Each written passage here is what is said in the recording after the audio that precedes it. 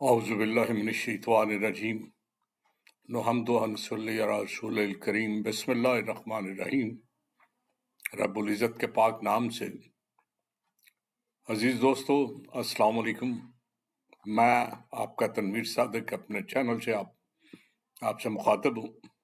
سب سے پہلے میرے چینل کو سبسکرائب کر دیں تاکہ میری کوئی نہ کوئی ویڈیو آپ تک پہنچتی رہے۔ آج میں انصاف کے حصول کے بارے میں بات کرنا چاہتا ہوں۔ ترقی پذیر ملکوں کا یہ المیہ ہے کہ یہاں انصاف اور قانون عام آدمی کی رسائی میں نہیں ہوتا، وہ صرف بااثر لوگوں کے لیے ہوتا ہے اور وہ جو چاہتے ہیں کرتے ہیں۔ آپ کے پاس پیسہ ہے، آپ انصاف خرید سکتے ہیں، آپ قانون خرید سکتے ہیں، لیکن آپ کے پاس پیسہ نہیں ہے تو آپ کچھ نہیں کر سکتے۔ نہ قانون آپ سے بات کرے گا صحیح طرح اور نہ ہی انصاف۔ لیکن جب حد سے چیز بڑھ جاتی ہے، جسے کہتے ہیں آدمی جب تنگ آ جاتا ہے، تو بعض ایسے واقعات پیش آتے ہیں جو ساری کایا پلٹ دیتے ہیں۔ اور وہ جو واقعہ ہوتا ہے نا، وہ اتنا سبق آموز ہوتا ہے کہ لوگوں کے رویے بدل جاتے ہیں۔ میں ایک واقعہ بیان کر رہا ہوں۔ ہندوستان میں یہ اکلوتا واحد عجیب سا واقعہ ہے۔ مہاراشٹر ایک صوبہ ہے ہندوستان کا، اس کا ایک شہر ہے ناگپور۔ اس کے مساوات میں ایک صاحب رہتے تھے جن کا اصل نام بھرت کالی چرن تھا، لیکن عام لوگ اسے اکو یادیو کے نام سے یاد کرتے تھے۔ تو یادیو بڑا بدماش قسم کا آدمی تھا۔ سب سے پہلے 1991 میں اس نے ایک گینگ ریپ کیا، پیسے دیے چھوٹ گیا۔ اس کے بعد اس نے گینگ بنا لی۔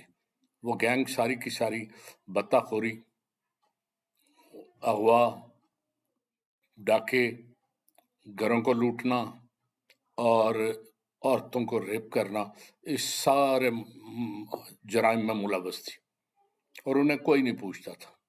انہوں نے پیسے اکٹھے کیے بتہ خوری سے اور وہاں ایک پرسنل سی اسٹیٹ بنا لی۔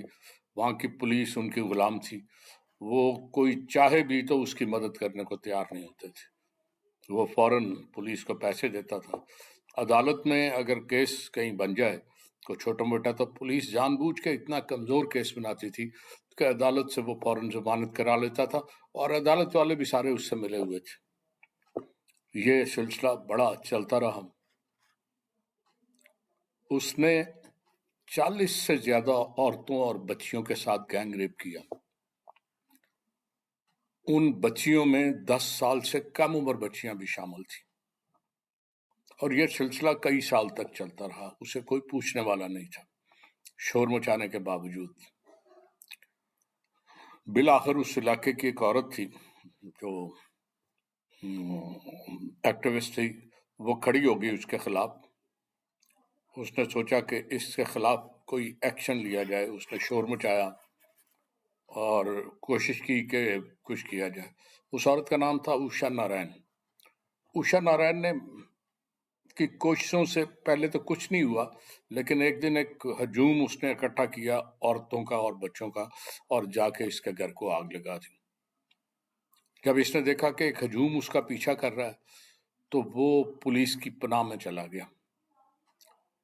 پولیس نے اسے پہلے پناہ میں لیا اور پھر لیگلائز کرنے کے لیے اسے عدالت میں پیش کر لیا۔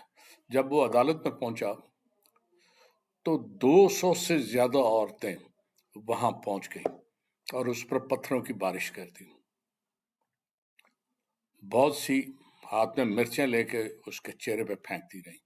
جب وہ گھبرا کے گر گیا تو انہوں نے پتھر بھی مارے، اس کے جنسی اعضاء سارے کے سارے کاٹ دیے اور اسے عبرت کا نشان بنا کے عدالت سے واپس آئے۔ پولیس نے کیس درج کیا اور کوشش کی کہ کچھ اور رنگ دے دیا جائے۔ انہوں نے کہا کہ 4 آدمی آئے تھے جو اسے مار گئے۔ 200 عورتیں کھڑی ہو گئیں کہ ہم نے مارا ہے اور اس لیے مارا ہے کہ آپ لوگ اسے ہمیں انصاف نہیں دے رہے تھے۔ چنانچہ پھر شور مچا اور آخر پہ پولیس کو بھی سلنڈر کرنا پڑا۔ عدالت کو بھی اس کے خلاف کارروائی اور عورتوں کے خلاف کارروائی نہیں ہوئی. نتیجہ یہ ہوا کہ پورا معاشرہ جو ہے بدل گیا، اس علاقے کی بدماشی ختم ہو گئی، اس علاقے میں پولیس کے جرائم بھی کم ہو گئے اور انصاف بھی لوگوں کو ملنا شروع ہو گیا. ہمارے ملک میں بھی صورتحال کو بہت اچھی نہیں. لوگوں کو جرت اور ہمت سے کام لینا ہے. انصاف ہمیں بھی نہیں ملتا. جھوٹ کہتا ہے وہ بندہ جو کہتا ہے ہم انصاف دیتے ہیں. کوئی جج، غریب آدمی تو بات ہی نہیں سنتے. جب تک آپ بڑا اچھا وکیل نہ لے کے جائیں کوئی آپ کی طرف دیکھنے کو تیار ہی نہیں ہوتا.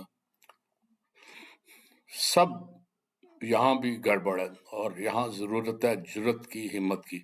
چند آدمی ہمت کریں اور وہ لوگ جو غلط کو صحیح ثابت کرتے ہیں ان کو بتایا جائے کہ غلط ہوتا ہے، وہ صحیح نہیں ہو سکتا. میری دعا ہے کہ یہاں بھی کوئی ایسا انقلاب آئے، یہاں بھی کچھ ایسی عورتیں، ایسے ہمت والے جرت والے لوگ اکٹھے ہوں تو انشاءاللہ یہاں بھی قانون اور انصاف کے حالات بہت بدل جائیں گے. جو اس وقت بدتر حالات ہیں نا، اس سے بہت بہتر حالات ہوں گے. اللہ حافظ.